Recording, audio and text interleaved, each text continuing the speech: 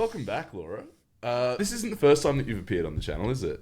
You hopped on a tasting a couple of years ago. It's been a while. Yeah, it's been a while. I tasted a few years ago, and then I think maybe I did one podcast. Yeah, or like way back in the pre-me Wine for the People days, you used to hop on the live streams occasionally. Occasionally, yes, yeah. Yeah, so long-time viewers might be aware of your presence around here. Even though you haven't been on the channel in a while, even people who watch regularly would be aware of your presence because we do reference you quite a bit on the channel. But for anyone who might be a little bit unsure of who you are, can you describe your involvement in the Bottle Shock Wine for the People Unico Zelo Verse. verse that he's created over? Well, not that he's created, but the Bottle Shock party certainly has sort of spun his web around. But can you describe your relation to the whole thing? Yeah, so firstly, I'm Brennan's wife. Firstly. And You mean I'm your husband? Isn't that what you meant to say? You can't say I'm your wife or... Dude, I'm not married. I don't know what you meant to say about your spouse. This is between you two. But I think, yeah, your husband, your wife, I think everyone... We're married. You're married. Yeah. I'm married to Brendan. And then, so we started the business together. So I've been here right from the start. And then my day-to-day role is generally looking after the business. Yeah. CEO is what I tell people. Yes. I'm often busy in front of the computer, so I don't get the chance to do this kind of thing, but it's nice to be here.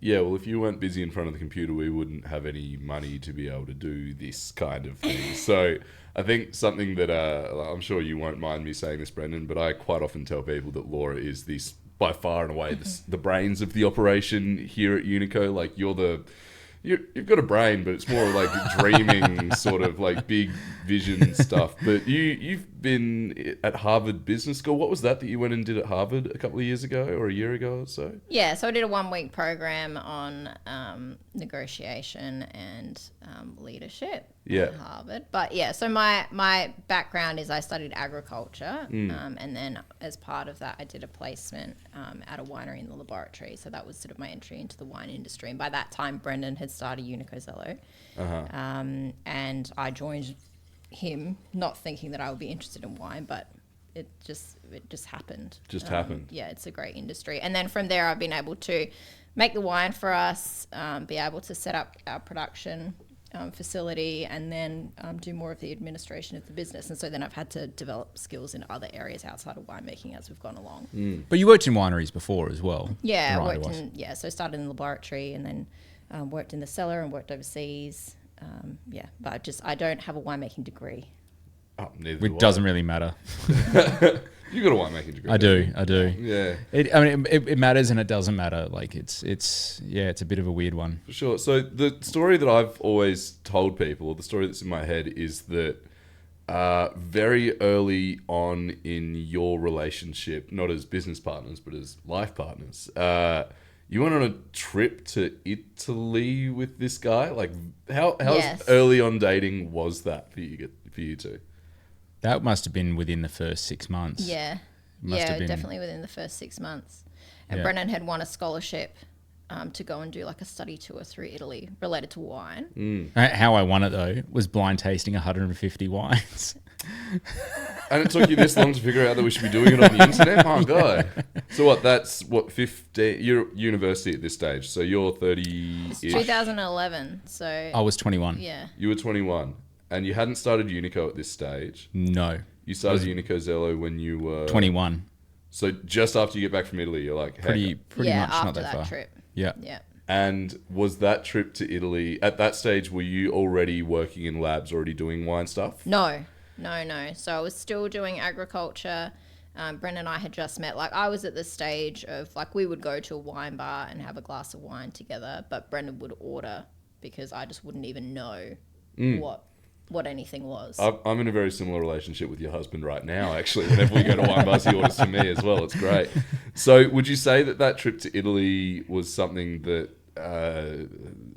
opened your eyes to the wine world? Like, was that an integral thing, or was it then when you came back and, like, was that what started your interest in wine, that trip to Italy? It was that trip, and it was because the way that wine was presented in Italy was so different. Like, I grew up going to celladors in Australia. Like, my parents really enjoyed wine, so I had that experience and, I guess, version of wine tasting. But Italy was different because it was all, we were booked into meat producers. A lot of them were really small family-run vineyards, and then you would stay for like 4 or 5 hours talking about wine and having lunch with them, and it was whole... Yeah, it was everything around wine, the family element of it and the environmental element of it that attracted me to it, not just what's in the glass or the flavour. Or even the winemaking at that stage I probably was less interested in, but visiting those regions and meeting the people was, I thought that was amazing. So it's almost the culture of the wine industry that sort of drew you into it more than... Like, because for you, my interpretation of you is it seems like you're very passionate about viticulture, and it's about like the science or the sustainability of wine, the craft of making it that seems to have... Like, why were you doing winemaking at university? What drew you to it? I did really well at school without having to try too hard, and in Australia that means you end up doing either law or medicine. And so I went and did law. Didn't like that. And I was working at the time at a bottle shop, and I was finding it's just so much more interesting learning about the stories behind each of the bottles. It's sort of like being in a library. It was just a liquid version, and you could walk up to a label and you might just see that as a bottle of Shiraz, but if you actually do a bit of research and understand the stories behind it, you realize that you're actually just in this whole library of stories. And I was just having so much more fun there. I was also earning like pretty good money. Like when you work in booze in Australia, as opposed to working in other fruit and veg, for example. It's just the way it is in Australia. So I thought this seemed pretty good. I'd go and go overseas and check it out, and dropped out of uni and got inspired by it. I want to fact check a story that Brendan's told me about. This is early on in university days as well. He claims to have been running a private bottle shop out of his university dorm or like university lodgings. Is that something that you were familiar with? Were you around that? Was that behind closed doors? It was very early, but yes, I do have a memory of you. I think, were you buying them from like Grays an Online auction site, and then you were reselling them to other uni students, so they didn't need to walk out and go and buy them from like the bottle shop, where we were in Grote Street. So I didn't realize anything about like liquor licensing or anything by then. I just thought it was, I bought a case, it's 12 bottles. This is how much it is per bottle. And then eventually people had me on sort of speed dial. It was almost like a dealer, because they were like, we're having a party here. We've run out of booze and no one wants to leave the party. Can we just come by yours and just, So I sold a lot of Moscato. Yeah. Lots of Moscato. I'm not surprised. Jacob's Creek with like all the multicolored dots on it. Yeah. Sorry. Asking for a friend. So if I've got a case of wine at home, I can't sell. Like, I've paid for it. Can't I liquor license? At a certain point, I think it does become egregious, and this reached a certain point where I was probably buying 120 bottles a week to stock up, and then laid them out as a display in my like basically dorm room, and people would come and peruse the display. Wonderful. Okay, yeah, you are running a bottle shop. I'm running a bottle shop. Yeah, okay. All right.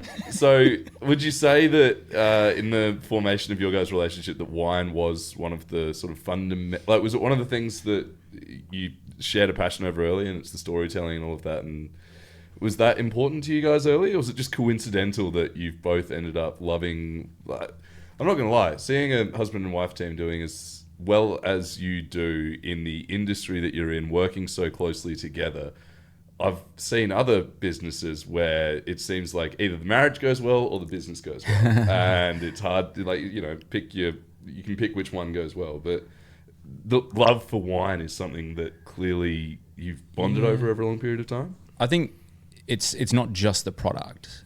I think that's sort of what you're alluding to, like the different aspects around the product, why we got into it.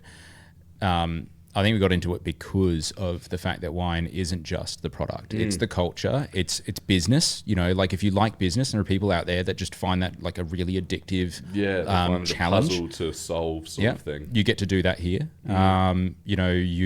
We've got the greater higher purpose of wine being a great cultural communicator, and in Australia needing to be able to communicate about culture better, stronger, having that available to us.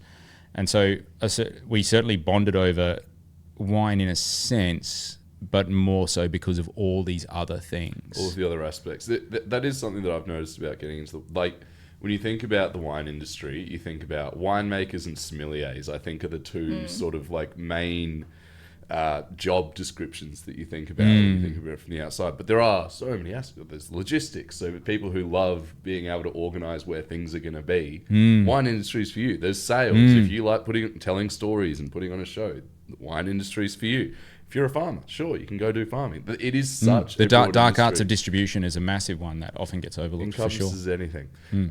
Beautiful. All right, so that's who you are, Laura. That's how you know this man, and that's how the company sort of started. The reason that we've actually got you on here today is that in the YouTube comments, because people are aware of you, they've got some questions that they want to ask you that are questions that probably... We were quite humbled. Like we reached out to everyone doing, an Ask Me Anything, style of episode. And the amount of people that actually submitted questions and out of left field were like, we want to hear more from Laura. Specifically for Laura's aspects on things. Yeah. So I got a few that I've written down here. Yeah. We'll start out with some more like general broad ones, and then we'll get into specifics of the business. You can tell everyone how to steal the secret sauce that is Unico Zelo. So first of all, Deck asks, "Hey Deck, if you, as an industry insider and someone with knowledge of production, could instill one piece of wisdom onto consumers, what would it be? For example, the importance of sustainable viticulture, dispelling notions around price, quality, or even like more philosophical things." So what's we sit back to back to each other in the office, and there are quite often times where we're like, if only they knew. What is something that you wish you could pass on, like secrets of the industry, or something that you could instill onto either consumers or someone else? Have you got anything that comes to mind? Well, I think maybe two. I think one is thinking about what goes into your wine. This one comes to mind because I recently spoke to someone about this. Like, she loves this wine and it's like $8 a bottle and it's easy to get and she really enjoys it, which is so awesome. And if that's what she wants to keep drinking, then that's fine. But then at the same time, she said, yeah, but sometimes it makes me feel really good, and then sometimes the following day I don't feel great. And I know how that wine has been made and probably what's been put into that wine along with grapes, that is probably contributing to how she feels when she drinks that wine. We sort of just had a bit of a discussion that maybe if she could increase her budget just a little bit, if that's available to you, that it can actually make such a big difference in your experience and your enjoyment of wine. Interesting. Or drink a little bit less, but have a wine that is probably maybe just a bit better for your body. And you'll probably find that in the method of production that results in wines being a bit more expensive, they're also a little bit more mindful of things like the environment, of packaging, of, that it's a family-owned business, and, all those other elements that I think make good wine. I guess being thoughtful about what goes into your wine and what the philosophy of that company that's making the wine would be. I think that it makes a lot of sense. Literally, 5 minutes ago we were talking about your origin stories in wine, and you're like, the thing that really clicked for me wasn't going to, like, you go to an Australian cellar door and it is like a lot of them are beautiful, really well equipped, and you've got people who are passionate staff members there telling you about things. But the difference between going to I was at Yangara, I think they've got their new fancy flash cellar door, beautiful, incredible, fantastic. The difference between doing that and going to sit in a Italian farmhouse and hearing about the stories and why the people choose to do what they do, the connection to wine as a cultural device, a storytelling device, you don't get that from commercial wine. Something that, for me, is something that I wish I could convey more. Like, even just to sort of follow on from that point, the idea of it trickles down to, where do you buy your wine from? Yes. Like choosing to go to a independent retailer or an independent retailer that is likely full of people who are really passionate about wine, because realistically, it's not there is a certain element, as much as we're talking about there's more money in the booze game, you do have to have a bit of love to be in the booze game. Like, you've got to have passion for things. And the idea that like, my dad does it all the time, man. He talks about like the best new bottle of wine he's getting for $4 a bottle, and I'm like, that's either illegal, like that someone's not paying tax on that, or it's just not interesting. Yeah, what's the point? Like, like if you want to get drunk, have vodka, sort of thing. Correct. Like, you can do it more efficiently than that if you want to, and sure, you get some enjoyment out of it, but the whole what's going into it and why is it going into that? Drinking a little bit more thought is, I think, a good one. Also, what are they putting in wine that's making me feel shit when it's cheap? Like preservatives? What are we talking about here? Yeah, preservatives, additives. There's a whole range of it's a big commercial business, is additives into wine. And it's all been created because we're trying to produce wine quicker and get it to market quicker than we could if we just let those processes happen naturally. So there is a whole book of additives you can put into wine. Interesting. They're trying to accelerate those processes that make wine. And probably try and get it to a flavor and a texture and a weight that is enjoyable for people. Yeah, replicating things that are getting the. I don't know. I was reading about how you can use wood chips instead of oak barrels, and like, I know that's probably not exactly what you're talking about, but it is that, like, part of the reason that oaked wine is interesting, because you have to think about the cooperage and the barrels, and they've been kept there and it's this long period of time, and then it's just like, no, you just chuck wood chips in there, man. It does the same thing. It's just, it does different things. Anyway, what about you, Brendo? What's something that you, as an industry insider, could impart onto the general public? Probably that, like, wine, getting people to see beyond the dopamine hit of just like alcohol consumption. It seems like a really weird thing, that, to me anyway, that we talk so much emphasis on the 12, 13, 14% of the product and not on the 85 or more percent. I've heard you say that a couple of times, and it's never even factored into my mind that, like, when you talk about something being 14% alcohol, literally 14% of it is alcohol. Liquid is like, you know what I mean? Like, it almost feels like in my head, alcoholic percentage has always been more like a temperature. Yes. Like, it's a 33-degree day. That doesn't mean it's like 33% hot. You know what I mean? Yeah, it's just yeah, like, yeah, that yeah, is hotter than... But yeah, 5% has less. That makes sense. It does make sense. I've never thought about it before. You know what I mean? And so, like, if people understood what was going on in the rest of the 85%, and this is the reason why, like, I can't emphasize enough how much of a passionate for wine I am. If you took out the 14%, or you were talking about like no or low alcohol wines, if you took that out and the 85% remained completely unchanged, I'd still spend $200 a bottle on Burgundy, and I wouldn't bat an eyelid on it. That's fair. It's not the alcohol for me. I've also noticed that when you take about like 9% out of a white wine, it tastes like that Moscato Dusty. But you insert the amount of sugar, right? Yeah, exactly. You know, so it's about going. It's not. You know, when people talk about the same thing that you were just mentioning about the $4 bottle, like, great, like, you're drinking for a purpose. My purpose is really different. I'm drinking for connection, you know, and I'm drinking for an understanding of land or an understanding of time. Like, you can go right now and drink a bottle of wine that the same person who was like cowering in bomb shelters in World War II was drinking the exact same juice. You get to go and try that. Like, to connect yourself. Have you ever kind of been to somewhere historic and just like touched like an ancient wall, and you're just like, you know, it's that kind of way. Yeah, it's so visceral. When we were in the Victorian Highlands earlier, and we're standing in the same jail cell that Ned Kelly was in, it's just like that weird thing of like, wow, there is a passing of time, and we are actually quite an insignificant drop in that whole time period, but at the same time looking at thing, I don't know, it's nostalgia. I remember. It's crazy, right? It's crazy, and that's what I think wine can do. One tiny little bottle of wine can take you there whenever you want to. Well done. Liked that. Next question from Danos 1018. Hi, Brendan and Laura.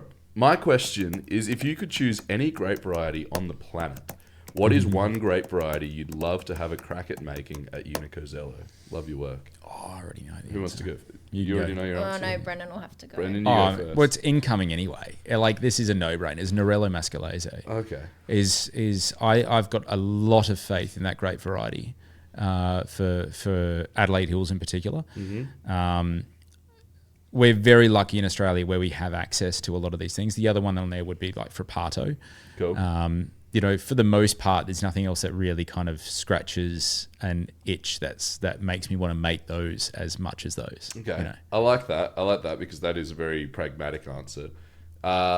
Let's say that you have been handed a blank check and you can drop a Unico Zelo winery. Anywhere in the world. Oh, that's a good one. What? Are you putting it on the side of a volcano in Italy? Are we going to New Zealand? Oh, that's actually pretty cool. New Zealand's pretty cool. We've entertained the idea of like pie in the sky. And it's not if money was no object, because it's not exactly the most expensive thing in the wine industry is to acquire land in New Zealand. And so make wine there. Of you, and you've got time to do it then. Yeah. It's the time. Yeah, what I don't have is the time. Yeah. I mean, being dropped on the slopes of Mount Etna would be pretty cool. That would be very cool.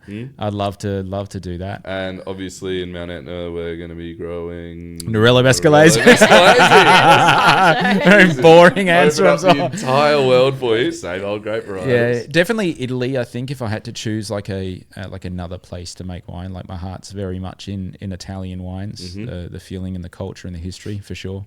How do you something I've always wondered but I've never really asked you is that you're you and I are very different people. I'm very adaptable, you're very structured, blah blah blah. How do you get along with Italians in general? Because they don't strike me as the most structured group. You'll be surprised. Like that's like saying that all Aussies are larrikins as well. Like it's what they're known for. I mean, very high work ethic. I think that's the other thing. It's like, between you and I, there's like the person getting up at 4 a.m. because I love to work. Yeah.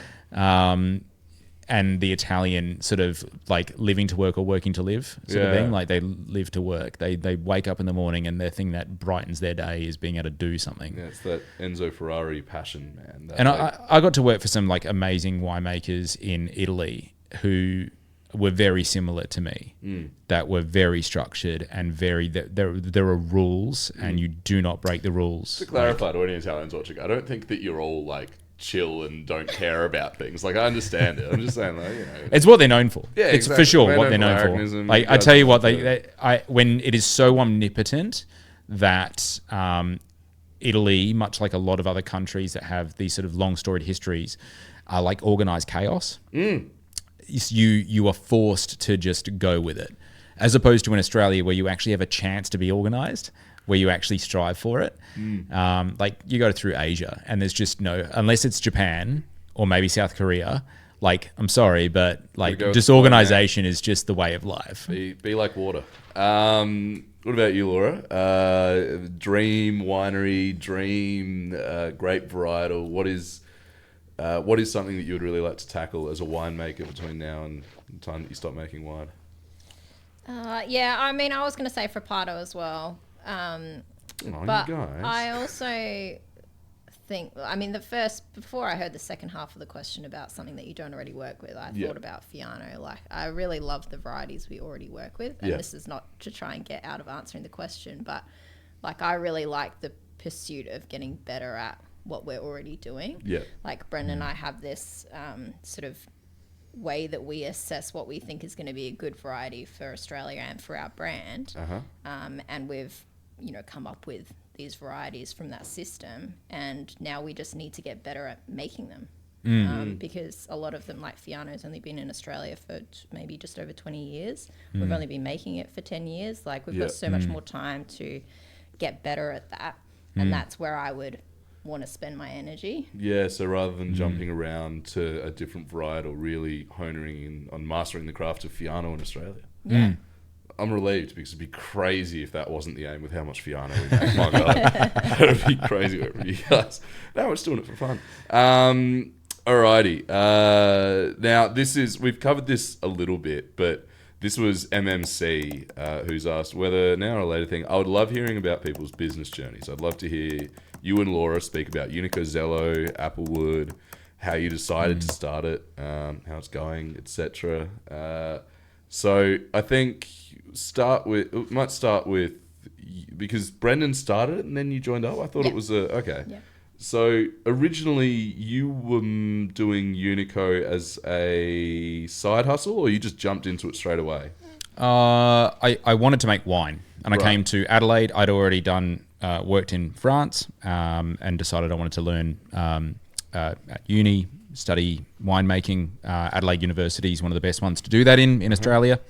And so moved house from another whole state to Adelaide by myself. And then you realise for the first 12 months, it's kind of like a hairdresser, right? Like you don't actually get to touch hair for 12 months. It's you don't get to make wine. And this is only something that I've kind of realised is probably I should have known is I learned by doing stuff. And I just had to go and make wine. And unfortunately, when you're studying, there's not a lot of provisions for you to go and do vintage. They don't, because of where the sort of... Where the study load is, where the vintage is happening. When exams are on and stuff like that. So I again, my sort of method of learning, I tend to do fairly well without actually having to work as hard as a lot of other people do. And I'm kind of lucky in that respect. And so I would sit at the back of lecture halls and just trawl through Graze Online for my, little wine hustle that I was doing. And I was like, I could buy a basket press off an old, Italian guy at Newton, and I was like, I can go find, grapes, over here. And I had a mate of mine who just bought a Merlot vineyard. And I'm like, cool, awesome. Then I found it an old detergent manufacturer is going out of business. And I was like, that's everything in there must be food grade.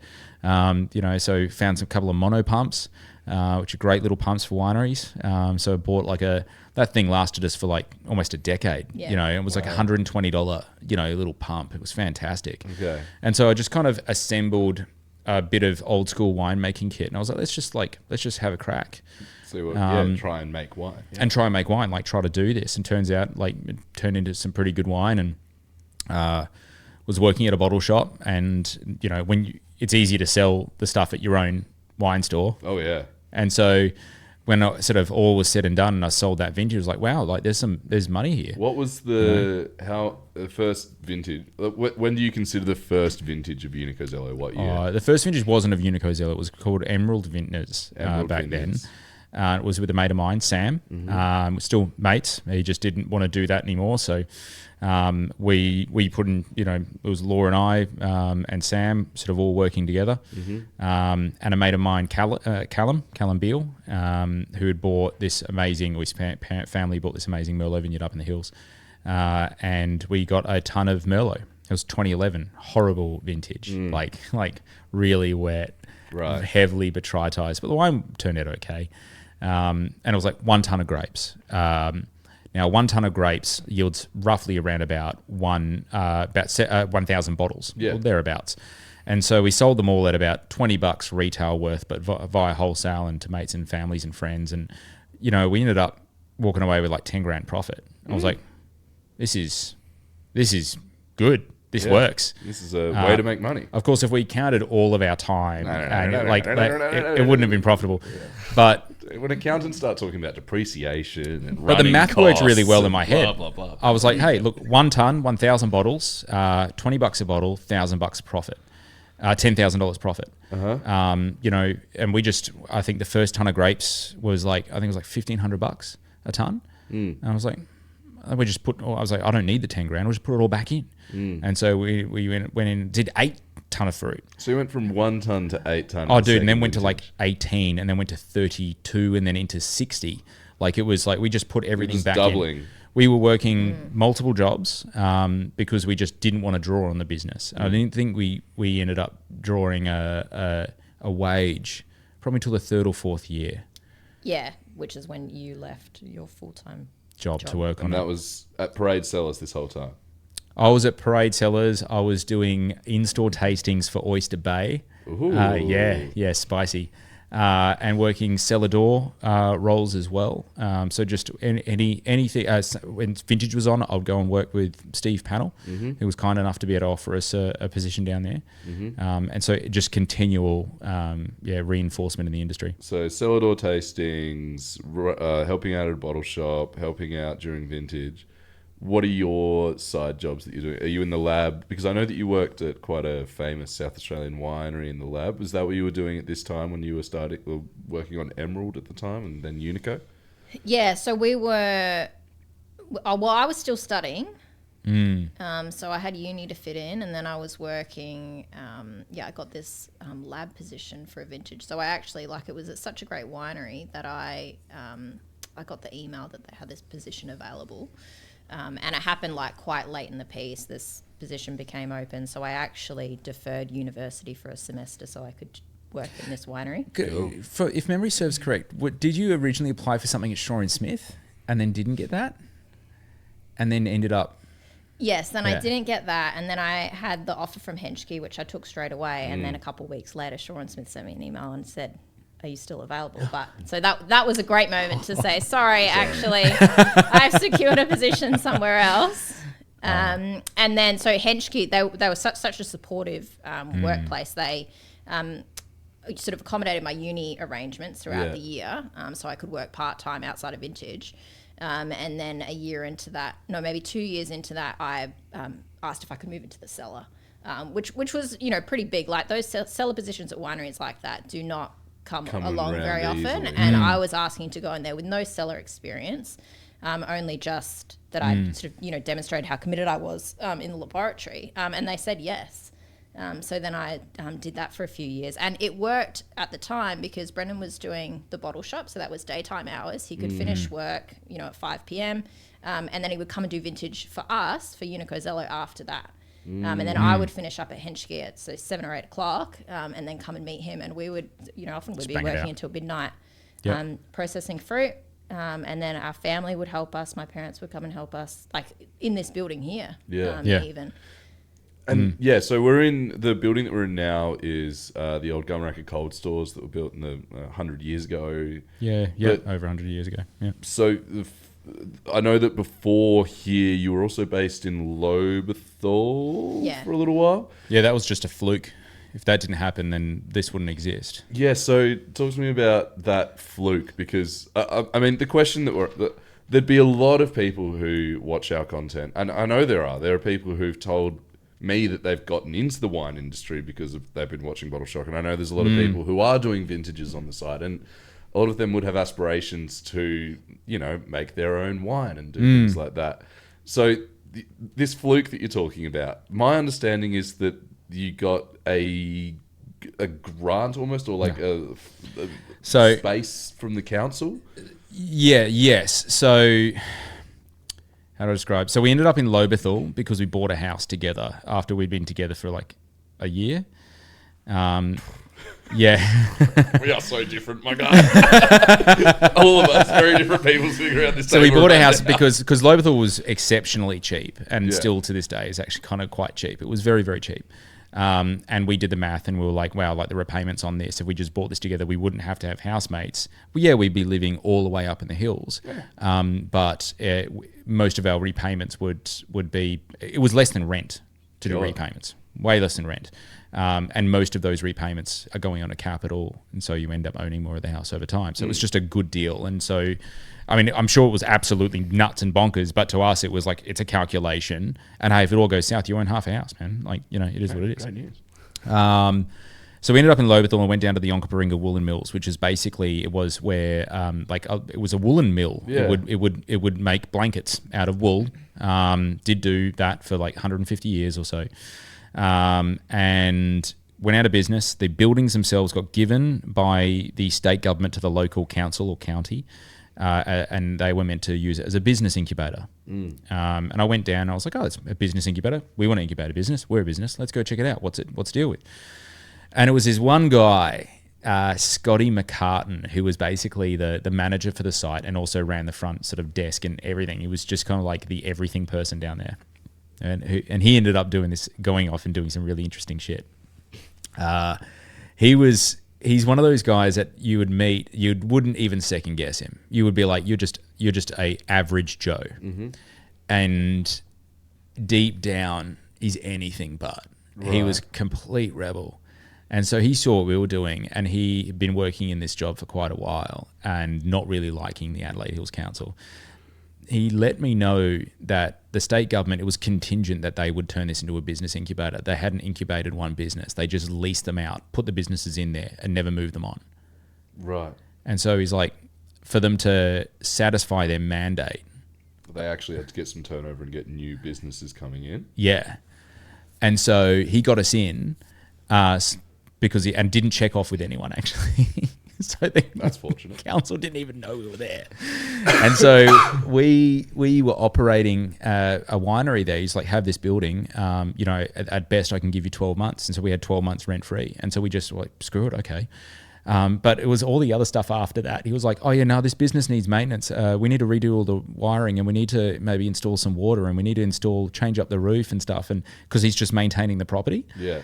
Meanwhile, we're getting this weird free reno in this complete, like it was a hole. I should show you photos. It was a hole. Yeah. In fact, if you go to the Unico Zelo website and go to our story, we've actually got the photos up there in like 2012. And it was like dirt floor, like dolomite floor. Yeah. That wasn't a wet area because it would just get muddy. Yeah. It was the old boiler room for the woolen mill. And we got started off there. But then unceremoniously, especially when the council found out we were there, after a year, they're like, what the hell's going on here? This is meant to be an unleased plot.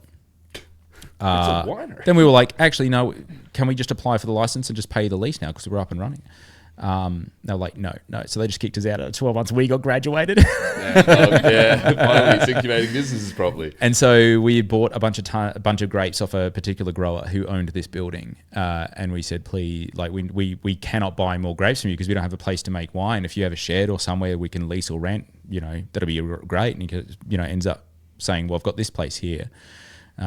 You can lease it from me, and we negotiated like a lease to buy arrangement. So if we grew into it, we could acquire it, and that meant that we could never be kicked out again, even though the council tried to do it again here. Cute. Yeah. And this place was in a relatively similar state when you guys came into the property, no? It was relatively run down? Yeah, so 50% of the building was built in 1920s, so it was all wood substructure, so that was completely unusable. And then the other half of the building was the 1950s, and that was all brick, so that had enough bones. I mean, it's not purpose built, like it doesn't have drainage for wineries, so everything that we've had put in has been retrofitted, and we've sort of had to work around that problem to get it to a standard where we can produce the product that we want. But it was better than where we were, and at the end of the day, like, we had the opportunity to buy this property, so yeah, being kicked out is not an issue for us anymore.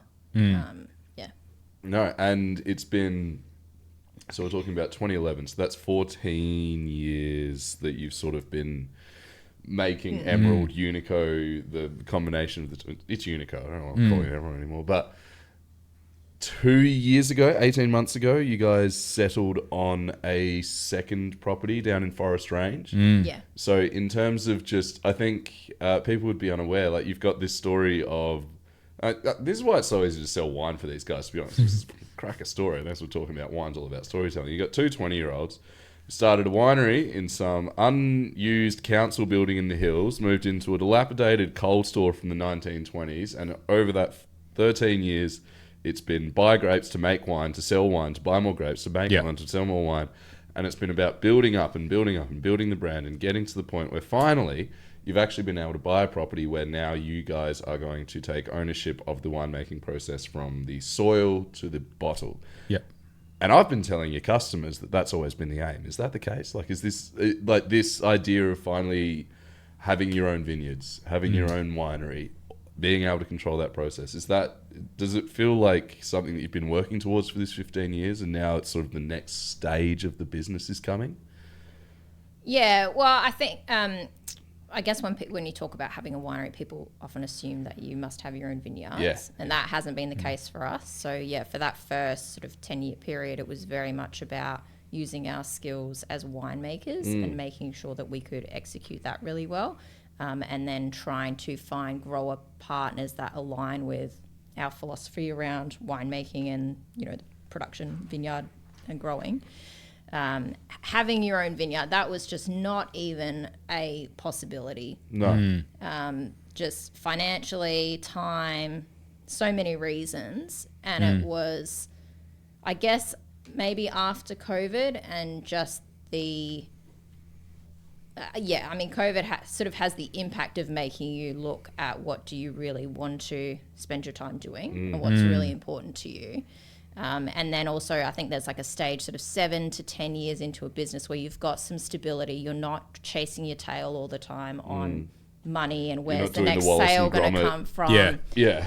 Train track in front of the moving train sort of thing. Like you are on track. You're doing things. Yeah. So you get that opportunity to decide what do you think you want to do for the next 10 years. And that's sort of the stage that we got to. And having a vineyard is the natural progression when you have a wine business. Yeah. Yeah. Yeah, I mean, it was always on the cards. It was just about how, and I think that kind of gets back to your point on there'll be people watching that want to get involved in the industry and just think that what we've done might be like impossible. It's not impossible. It is 100%. I reckon even with inflation, with all these other things, and this is what people from a point, and it's hard because I can't replicate what we've done. No. But I understand and appreciate where people come from, particularly quite successful people, when they go, yeah, man, if I was completely poor again, I'd totally be able to, I feel confident that I'll be able to do this again. And I'll be honest, it's not and it's the things that I see where it's like, you know, if we didn't get that building in Lobethal, I simply would have gone around and knocked on the doors of 50 to 100 people. I would spend, and you've seen my work ethic, and it is literally, I would have made a list and I would have started at the top and I would have methodically worked my way through it until I found an answer. And I had several answers already. It wasn't just the Lobethal one. There were several other options that we had. We were even setting up, you know, at the house that we had just bought, you know, that kind of deal as well. Yeah. And so it's the same thing. Like for us to buy a vineyard is probably as much as a young person conceiving of how to possibly come up with a down payment for a house now. But it can 100% be done. It's just not. You need to know something that you can't possibly know. Like for example, like we didn't come up with a deposit for a farm. We had a bank that was already assisting us with the payments on this thing, recognize asset value, which then got leveraged against that to buy the farm. Was a cashless deal. You know. You understood all those words, didn't you? You know, it's the same. Like we were looking also at a vineyard, which was $3.5 million, which we were like, mate, like that even now, like that would never happen, with us, like ever. This thing came up and it was less than half that, but it was more land. It was based on the numbers that we could find. It's a very, very good piece of land for grapes. It just didn't have grapes on it. Had a lot of apples there at the time. A lot of apples. It's just not a vineyard. It's just not a vineyard. It's not anything we could do. We got a great deal, not a vineyard. You're not going to believe this vineyard that we've got here. Yeah, I know. It's not a vineyard. And so, you know, we could... And, you know, people often say, find a bank and present to them your vision and stuff like that. And you're like, well, yeah, you kind of actually do that, but you already need to have assets to be able to do that because they need to be comfortable using your previous asset to leverage up against it. And there needs to be value in it. It is a calculation, you know, so it's not impossible, but it is entirely difficult. Yes. It is very, very difficult. Yeah. Yeah, no, it's not impossible. No, and also, like, you've seen the house we moved into. Oh yeah, shitbox. Yeah, like we're quite like I won't say frugal's not the word because I wouldn't say we're frugal. No, you just bought an $800 piece of paper last night. You know, thing like that we're not frugal, but we're not afraid afraid of hard work and understanding what I think the saying I heard the other day was people drastically underestimate the actual work that is required. People just go, I've worked really hard. I'm like, I'll be honest, you've worked as hard as you think you've worked hard, but you got to work harder. And that sounds bonkers, but you got to figure it out, find it in you. Yeah, you got that dog in you, man. You do have that dog in you. That's business side of things. Now, I've got, this is also business side of things as well, but something that people have been very interested about in the comments. This is specifically from Jarko, who sounds like they've run into you in person. Jarko says, would love to see a pod focused on Unico with Laura after picking both your brains the other weekend. Having you both run through more of the current range, including some Troppo, would be sweet. Not doing it now, we're drinking Moscato Dusty. But talking on being a B Corp and what that means to you both, and also the mindset towards the new plantings and current blocks and source grapes, and would be a great listen. I've heard you both speaking on similar themes, not vids, back in COVID, but if it's being pieced together in one form recently. So, Jarko, thank you very much for the question. First of all, one issue that I have with B Corp is that B Corp doesn't do a very good job of telling people that don't know what B Corps are what B Corps are. So for anyone who might not be aware, Laura, can you just give a summary of why did you guys pursue becoming a B Corp?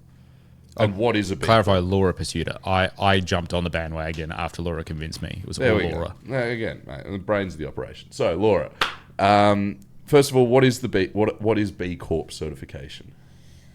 So it's a independent credential you can get, as in it's facilitated by an independent body, and they do an audit on your business to measure you against a set of metrics related to governance, community, workers, and environment. So it covers 4 elements. And they sort of set a standard for best practice in those areas from a, I guess, ethical point of view. And then you get asked a set of questions, and then you get a resultant score. You need to meet a minimum score to even qualify as a B Corp, and then once you are one, you have a range of points that you can get. Yeah, and am I right in understand? So basically, you get a score. Is it a score out of 100 with all the points factored in, or is it 200? It's 200. Yeah. And each time you get reevaluated, you have to show that you are, unless you're at 200, but no one's at 200, are they? Some are getting up there. Catholic Church, but highest morals in the land. Yeah, Patagonia. Yeah, Patagonia. But each time you get reassessed, you need to be showing. They encourage you to keep progressing, don't they? Yes, yeah. So the idea is that you improve your business over time. But the other thing is that their standards evolve over time too. So we get recertified every 3 years, but the questions I got asked in 2018 when we first certified are different to the questions I got asked in 2021. And that's because their standards increase, and then they also overlay it with some sustainability goals from the UN. So it's kind of like a constantly moving target that gets harder and harder. Yeah. And so you as a business, you're forced to improve because you need to make sure at a minimum you're getting those 80 points. Yeah. And then, I guess from a philosophy point of view, we also want to get more points every year because we want to make sure that we're improving our business. Big time. So examples of questions that they ask are things like, what is the multiplier difference between the lowest paid and the highest paid person in your business? How much of your product, what percentage of your product is sold within 80 kilometers of your headquarters? So they're really, I guess, practical questions that you can measure as a business, but you're not always thinking about those things. No. So as business owners, we're always looking at, what's our cash at bank and what's our revenue for the month and what's our operating costs. But now we also have another set of metrics that are around sustainability as it's defined by B Corp. And we chose B Corp instead of something like, say, organic certification. That's another certification you could get that aligns with sustainability, but it's really specific to wineries. It's not necessarily specific to businesses. So B Corp has large coverage in all business activities. Yeah, that's one of the things that sort of I've been working for a B Corp for 5 years now. I think one of the way I describe it, which is far less accurate than you, I would say, is, you remember those, back in the 90s in Australia, we used to have the red ticks on food that said it was good for you, right? B Corp certification is effectively saying, like, broad strokes, don't worry about the specifics here. The people who run this company are good people. Is like, essentially, it's the way that you treat your staff. It's the way that you treat the people that you deal with as, comrades or colleagues. Yep. It's the way you treat the environment. And then there's the fourth thing, which I forget. Community. Community. Yeah. Local community and things like that. So something like organic certification does very much so, it seems to me, focus on the viticultural practices, the winemaking practices, but like the idea of them caring about the pay gap between your lowest paid employee, your high paid employee, or even the 80 kilometer thing might actually factor into it, because I suppose that's organics. That's not sustainability necessarily. It's about like food miles. It's about so the whole like B. Do you know what the B actually stands for? No. Is benefit. So the whole point is that profit aligns with purpose. And so as the business grows and becomes more profitable, the benefits are spread but not concentrated to the owners. The benefits are spread to the community. So the business is now not taking from the community to deliver to, say, shareholders or staff or themselves. It's giving back to the community that has supported around it and make sure that it is local, because quite often, you hear about these like big businesses, particularly in the States, that will like just acquire cheap land in rural areas and then just plonk, data centers or something. Yeah. It doesn't actually benefit the community. They're not even a part of the community. It just takes away from the community. Making sure that the staff, you don't have inequality between, you hear these CEOs that get paid, astronomical amounts. That money is circular and it grows in small loops. We would be creating greater relationships, say, when you go out into Adelaide. That's like a really specific thing. The more you do, the better we do in B Corp. That's a good thing, to have great local representation. It's good for our staff to go out and see local people supporting us as well. Makes them feel good, makes them feel secure. Yeah. And that's a good thing. So it's the better you do a B Corp, the better, all of those things compound. So tell me if I'm wrong here. This is something that I've thought is the case. Being a B Corp all of that is correct. Being a B Corp inherently costs you a lot of money. Like, you could be more profitable if you didn't choose to have this certification. There's definitely a floor price, isn't there? Like, there's the price for audits and there's an annual fee. There's that, but then there's also again, you are putting yourself up to be playing by a set of rules that you're self-nominating to play by, but it does cost money to play by those rules.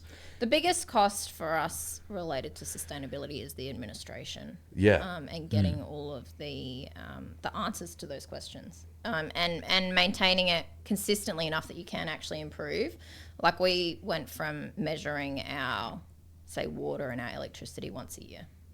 And when you do that, it's a year before you realise that you have not actually done very well. Yeah, that something's gone up or down or blah, blah, blah. Yeah, so then you go, okay, well, we need to move to quarterly, but where is the staff member that can do that job? Yeah. So at the moment, and this is where sustainability in larger businesses always falls down. Sorry, no, that's not true. In this kind of medium-sized business. So maybe at the larger end, you can have someone that's a dedicated role. Yeah. At a smaller business, you probably don't have as many moving parts and it's easier to measure. But this kind of middle size is really hard, because the people that have the knowledge and skills to collect this information are also needed for other important things in the business. And so you're pulling on that resource, or you need to find a way to allocate to that resource to be able to have someone do the sustainability.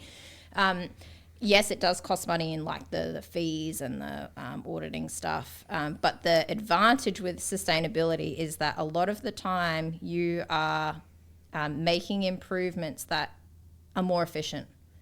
And that should end up costing you less in the long run. 100%. And it's also about managing your expectations on how much you want out of the business. So we're saying that we're choosing to work with family-owned, smaller suppliers within 80 kilometres of our business. That probably works out to costing us maybe 10 to 15% more. And I'm talking about things like corks, labels, dry bottles, goods, that kind of thing, dry goods, like plastic tape, that kind of thing. And that means, at the end of the year, we make 10 to 15% less profit. But it's also like, what else are we going to do with the profit? Like, as long as your business model can support growth each year, as long as, my family and Brendan, we have enough, and that the staff have enough, then I think that investment in other smaller businesses is worthwhile. It almost goes all the way back to that conversation that you were having with someone about the $4 bottle of wine, which is like, you could get cheaper corks and you could do all of that, but it's the reasoning, it's the choices you make and the rationale behind it. Like, I didn't realize that B stands for benefit, and that makes a lot of sense. And if you play by the rules of the B Corp, or not by the rules of the B Corp, but if you set yourself those targets and those goals, inevitably you are going to create, and you actually achieve them, because we've come across people in the industry who might be going about B Corp certification for reasons that are less, I don't know. Greenwashing. Yeah, greenwashing. 100%. They get caught out. Yeah, so they get caught out.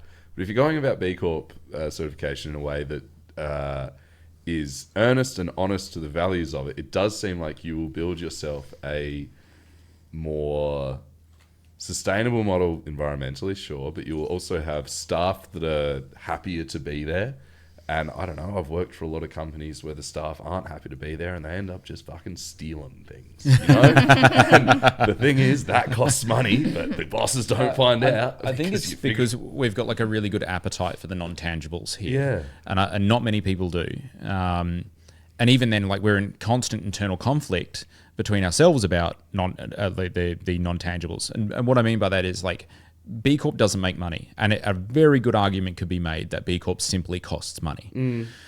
But we have a belief that there are various aspects of it, and it's in this weird sort of spider webby way that it is a good thing. Same thing with like this channel is right. Like it is 100% a cost, but we get signals, and you can only ever get a signal. Marketing, you only ever get signals. You never get, otherwise you're working in sales. It's the vibe. Yeah. We look at the growth of Discord. We look at the people wanting to know these questions. Those are good questions. Yeah. They're good, thoughtful questions that really smart, because I think those are smart questions, want to know.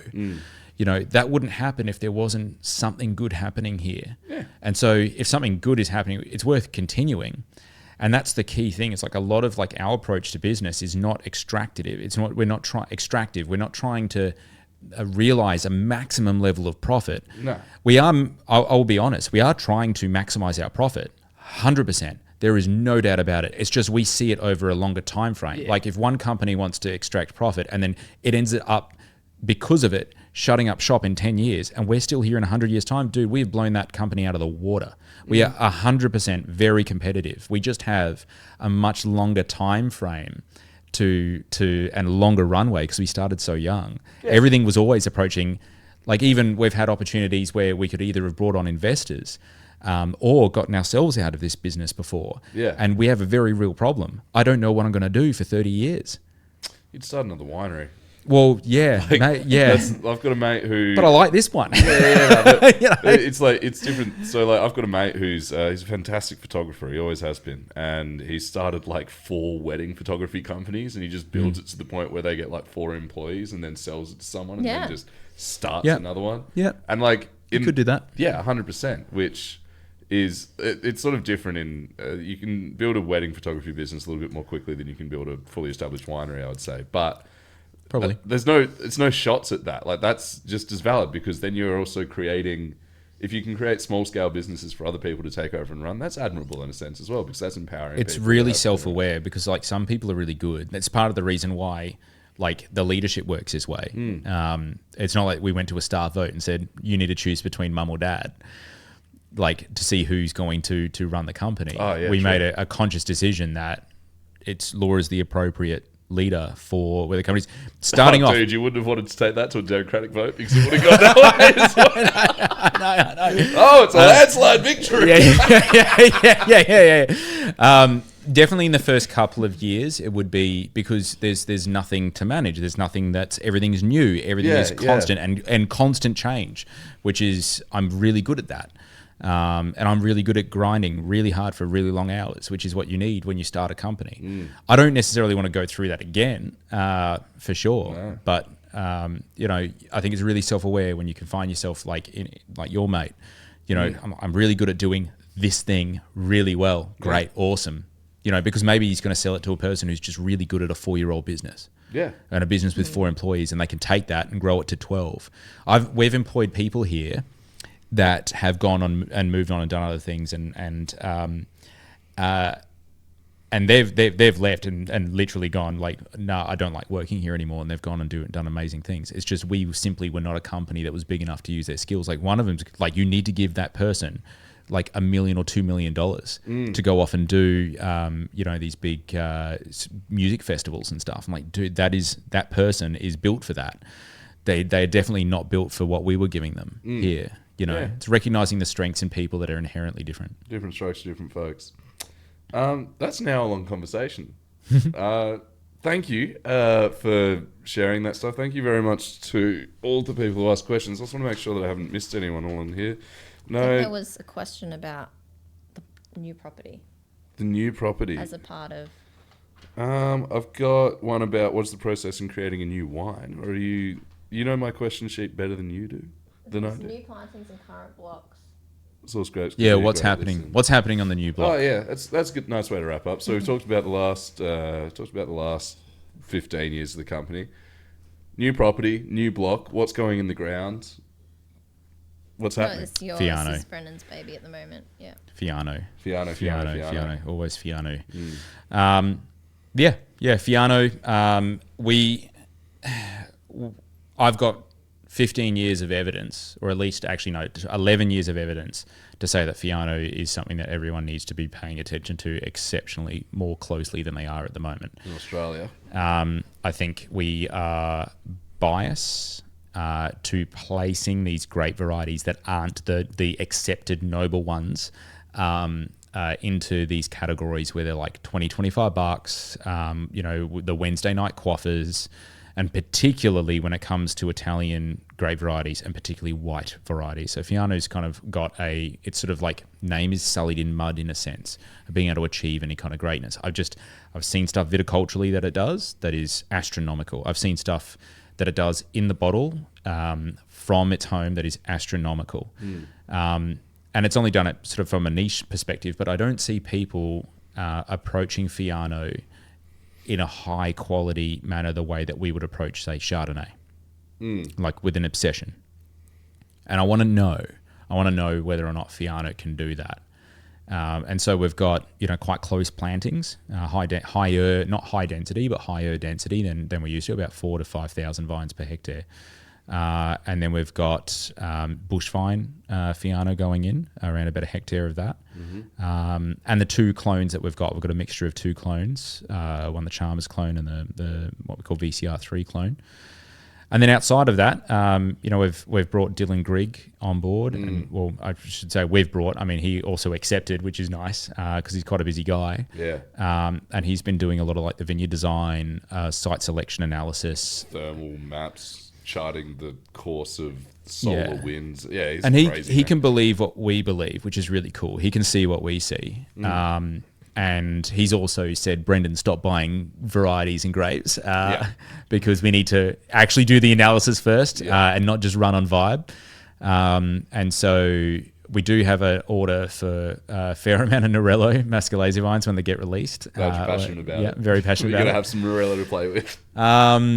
Potentially some high elevation, cooler climate Grenache, potentially. Yeah.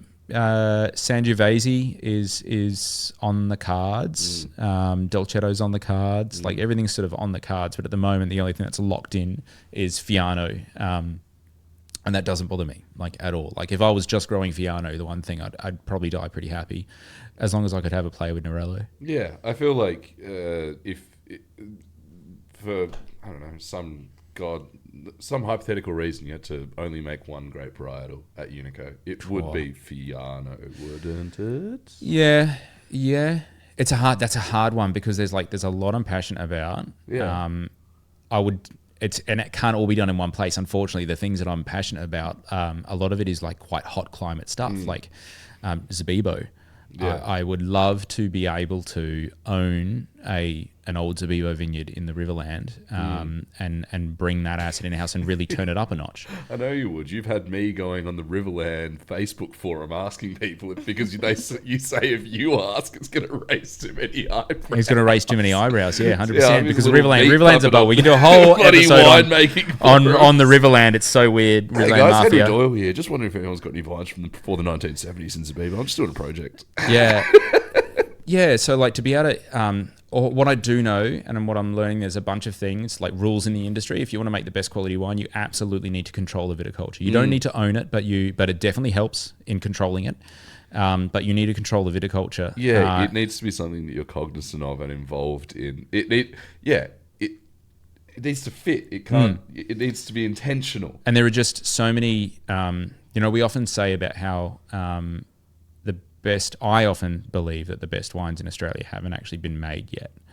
And I've got really good mountain of evidence, at least in my mind, to say that they well and truly have not, because most of them have been irrigated.